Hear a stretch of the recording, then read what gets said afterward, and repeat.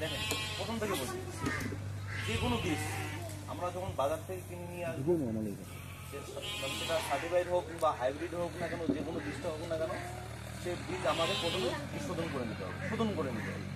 হয়তো আপনারা যখন বীজ কিনে নিয়ে আসেন, হয়তো আপনারা দেখেন যে বীজের গায়ে লাল ধরনের বা নীল ধরনের ওষুধ মাখা থাকে, হয়তো আপনারা ভাবেন যে এটা বীজ শোধন করা, কিন্তু ওটা বীজ শোধন করা না। ওই বীজের সাথে যে ওষুধটা মাখানো থাকে সেটা হচ্ছে কি, যেন বাইরের থেকে যেন কোনো কীটশত্রু আক্রমণ করতে না পারে, তার জন্য ওরা একটা কেমিক্যাল দিয়ে মাখিয়ে রাখে, যেন ওটা কোনো মানে বীজটা যেন নষ্ট না হয়। ঠিক আছে, ওই বীজটা নিয়ে আসার পর ঠিক আছে আমাদের বাড়িতে শোধন করতে হবে। শোধন করার জন্য আমরা অনেক ধরনের আমরা ওষুধ বাজারে পাই, সেটা দিয়ে আমরা শোধন, আপনারা হয়তো ল্যান্ডকোজের দিয়ে শোধন করেন, হ্যাঁ, বা বেবিস্টিন দিয়ে শোধন করেন তো, কিন্তু আমরা আপনাদেরকে বলেছি যে জৈব, একটা হচ্ছে ট্রাইকোডার্মা ভিরিডি, একটা হচ্ছে সিউডোমোনাস, তাই তো, একটা ছত্রাক ওষুধ, একটা হচ্ছে ব্যাকটেরিয়া নাশক, দুটো ওষুধ। এটা দিয়ে শোধন করলে কি হবে, আপনি যদি রাসায়নিক দিয়ে আপনি শোধন করতে যান, বীজের যে অঙ্কুরোদ্গম ক্ষমতার যে দিকটা থাকে, শতাংশটা থাকে, সেটা ওইরকমই মানে ওইটাই বজায় থাকে। কিন্তু আপনি জৈব দিয়ে যখন আপনি করবেন, সেটার অঙ্কুরোদ্গম ক্ষমতার শতাংশটা বেড়ে যায়, বরঞ্চ কিছুটা আরও ভালো হয়। ওই জন্য আমরা সবসময় বলি যে জৈব যে করার যে ওষুধ আমরা এটা ব্যবহার করবো। ওই জন্য ট্রাইকোডার্মা ভিরিডি, সিউডোমোনাস এটা দিয়ে শোধন করতে হবে। তো যেহেতু পাটের বীজটা হচ্ছে ছোট ছোট দানা, ঠিক আছে, আমরা বীজটা অনেকভাবেই করতে পারি। জলের মধ্যে গুলে ওষুধটা গুলে নিয়ে তারপরে বীজটা নাড়াচাড়া করে আধা ঘন্টা রেখে দিয়ে শোধন করতে পারি, বা আমরা শুকনোভাবেও আমরা শোধন করতে পারি। যেহেতু পাটের বীজটা ছোট, ওই জন্য আমরা নর্মালভাবেই করবো, জল ছিটে দিয়ে করবো, এবং ওষুধটা আমরা হালকাভাবেই উপরে ছিটিয়ে দিয়ে আমরা মাখিয়ে নিয়ে শোধন করবো। যখন আমরা বীজ শোধন করবো, আমরা অবশ্যই হাতের মধ্যে গ্লাভস করবো, বা হয়তো যদি গ্লাভস নাও থাকে হাতে প্লাস্টিক দিয়ে করবো। ঠিক আছে, আমরা এখানে নর্মালি করে দেবো আপনাকে।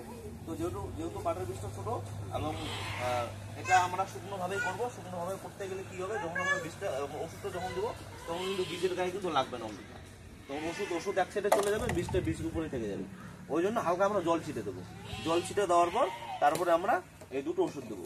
ঠিক আছে, তো প্রতি কেজি বীজের সাথে আমরা এই দুটো ওষুধ 5 থেকে 10 গ্রাম সম পরিমাণ, এটাও 5 গ্রাম বা 10 গ্রাম, এটাও 5 গ্রাম, এটাও 10 গ্রাম, আমরা দুটো ওষুধ সম পরিমাণ দিয়ে আমরা শোধন করবো।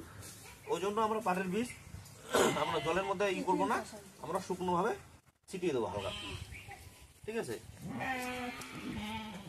হালকা দিব। ঠিক আছে, দেওয়ার পরে যখন যেহেতু আমি বললাম 5 থেকে 10 গ্রাম ওষুধটা নিতে হবে, ওই জন্য 2 টাকা দামে যে দেশলাই যে খাপ থাকে, ওই দেশলাই খাপ, এই খাপটা যদি আমরা পুরোপুরি ভরাট করি, তাহলে এটা পুরোপুরি আপনার 10 গ্রাম হয়ে যায়।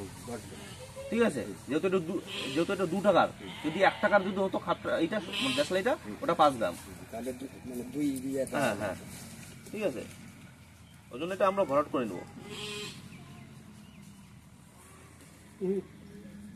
ঠিক আছে, এটা হচ্ছে ট্রাইকোডার্মা ভিরিডি, এটা আমরা 10 গ্রাম নিয়ে নেব। ঠিক আছে,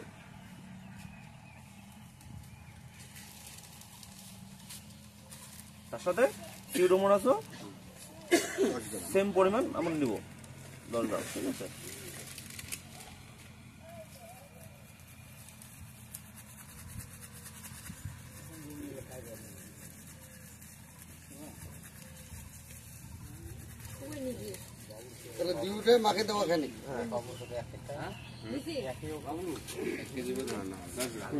প্রতি কেজি বীজের সাথে 5 থেকে 10 গ্রাম।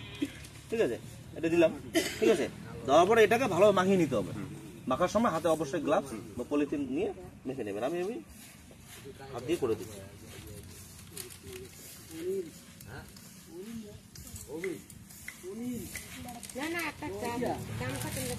তাহলে এইভাবে শোধন করলে কি হবে, পরবর্তীকালে পাটের কোনো গোড়া পচা বা কাণ্ড পচা বা কোনো ধসা এরকম রোগের প্রাদুর্ভাবটা অনেকটাই কমে আসবে।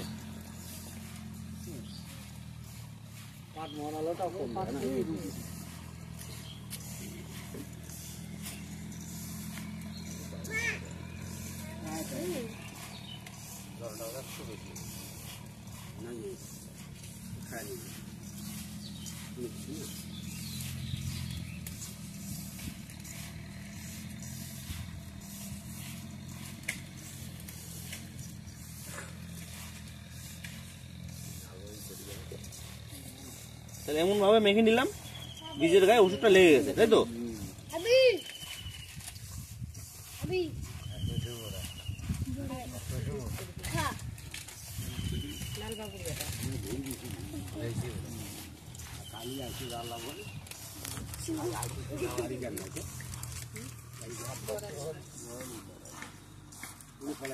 এগুলো হওয়ার পরে তারপর এটাকে যে কোনো একটা শুকনো চটের বস্তা 10 থেকে 15 মিনিট হালকা ছায় শুকিয়ে নেবো, এমন ভাবে শুকাবো যেন ঝরঝরা হয়ে যায়, কিন্তু ওষুধটা বীজের গায়ে লাগানো থাকবে। তাহলে এখন এটাকে আমাদের এখন 10 মিনিট শুকাইতে হবে, ঠিক আছে? তাহলে একটা তাহলে একটা চটের বস্তা নিয়ে আসেন বা কোনো একটা ন্যাকড়া ঠাকা নিয়ে আসেন, তাহলে আমরা এখানে বীজটা শুকিয়ে নেব। তারপর এইভাবে চটের বস্তায় মেলে, ঠিক আছে, 10 থেকে 15 মিনিট শুকিয়ে নিতে হবে।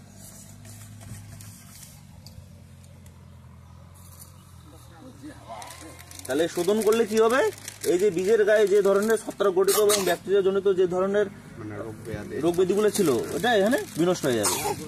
কি কি ওষুধ দিল মনে আছে আপনাদের, বলতে পারবেন? যদি সেক্টর আছে কি কি ওষুধ দিলেন বলুন তো? একটা আছে ব্যাকটেরিয়া, একটা ছত্রাকনাশক। ব্যাকটেরিয়া না তো একটা ছত্রাকনাশক, তো ওষুধের নাম হচ্ছে একটা টাইকোডার্মা আর একটা হচ্ছে সিউডোমোনাস। মনে থাকবে এটা সাদা রঙের পাউডার, একটা হচ্ছে টাইকোডার্মা আর একটা হচ্ছে সিউডোমোনাস করে দেওয়া হবে। এটা হচ্ছে ছত্রাকনাশক আর একটা হচ্ছে ব্যাকটেরিয়া। নরমালি যদি পাটের বীজ যদি জমিতে বপন করি তাহলে আমাদের পাটের বীজ লাগে 1 কেজি, তাই তো? আচ্ছা, ওটা ছিটিয়ে বুনতে হয়। আচ্ছা, এটা এই মেশিনের নাম হচ্ছে সিড ড্রিল মেশিন, বীজ বপন যন্ত্র, বাংলা নাম হচ্ছে বীজ বপন যন্ত্র। তো এই যন্ত্রের সাহায্যে যদি আমি বীজ বপন করি তাহলে আমার খরচও কম, সময়ও কম লাগে, ঠিক আছে? তো এই সিড ড্রিল মেশিনের সাহায্যে আমরা বীজ বপন বীজ বুনবো, তখন আমার 1 কেজি বীজের জায়গায় 500 থেকে 600 গ্রাম, 700 গ্রাম, 700 গ্রাম বেশি হয়ে যায়, 500-600 গ্রাম হলেই হয়ে যায়, ঠিক আছে? এখানে 4টা ট্যাঙ্ক আছে। এই 4টা ট্যাঙ্ক যদি আমার জমির পরিমাণ যদি বেশি হয়, আপনারা হয়তো করবেন ভরাট করে ফেলেন, কিন্তু ভরাট করা যাবে না, সম্পূর্ণ ভরাট করা যাবে না। যদি ভরাট করি তাহলে বীজটা ঘুরবে না, তাহলে আমাকে হালকা একটু ফাঁকা রেখে তারপর ভরাট করতে হবে। এবং যখন বীজটা ভরবো তখন যে পাত্র দিয়ে মাপবো সেই পাত্রের মাপ অনুযায়ী 4টাতে সম পরিমাণ আমরা ভরাট করবো। তাহলে কি হবে, সম পরিমাণ ভরাট করলে কি হবে, কোনো লাইনে শর্ট পড়বে না, তাহলে 4টাই সমান হয়ে দাঁড়াবে।